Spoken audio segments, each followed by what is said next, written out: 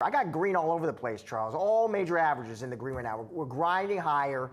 That makes sense to you, Charles, or no? Do you think we're being kind of complacent? Plenty of questions, of course, still out there, right? I mean, trade and tariffs. I just had a smart economist on the show, Charles, told me there's a 50% chance we're going to trip into a recession. So what do you make of these market moves?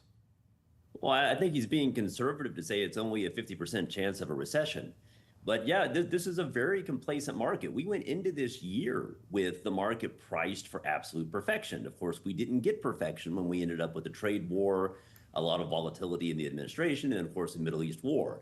All of that had the effect of knocking stock prices down for a bit. But now we're right back where we were in February, touching new all-time highs here. That's a very aggressive market. You have the S&P priced at about 28 times earnings, which is a very expensive valuation under even the rosiest scenario. And measured by sales, it's trading at about 3 times sales, which puts it at one of the most expensive markets in history.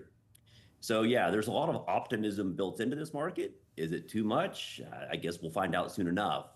But yeah, investors are they're pricing in really good things coming in the rest of the year. And so, Charles, the valuation's maybe looking a bit stretched according to some metrics. You don't see us growing into that. What do you see for corporate profit growth with earnings season, Q2 earnings season coming up?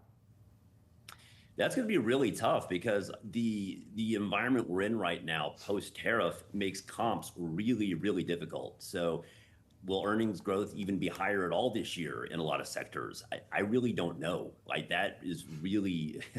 That remains to be seen, but going forward, the 28 times earnings is of course trailing earnings. The metric does get a little bit better if you're assuming pretty robust earnings growth.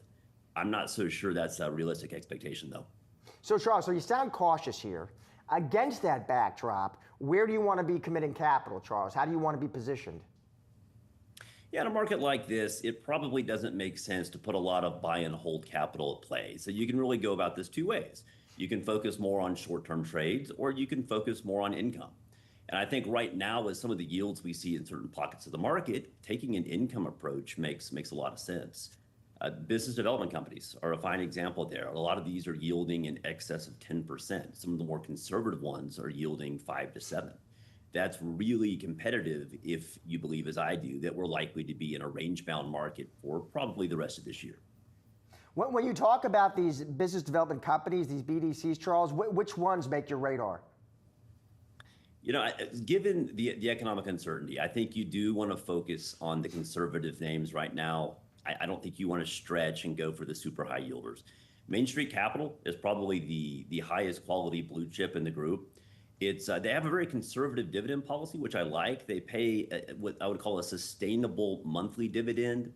And then as earnings allow, they top that up with special dividends. So if you look at just their kind of conservative monthly regular dividend, it's yielding about 5.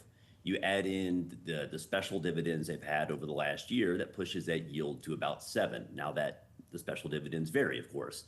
But a 5 to 7% yield with a very good possibility of that dividend rising over the next year and then every year beyond that is attractive. This is a company that has managed to maintain or raise its dividend through every economic setback we've had since 2008.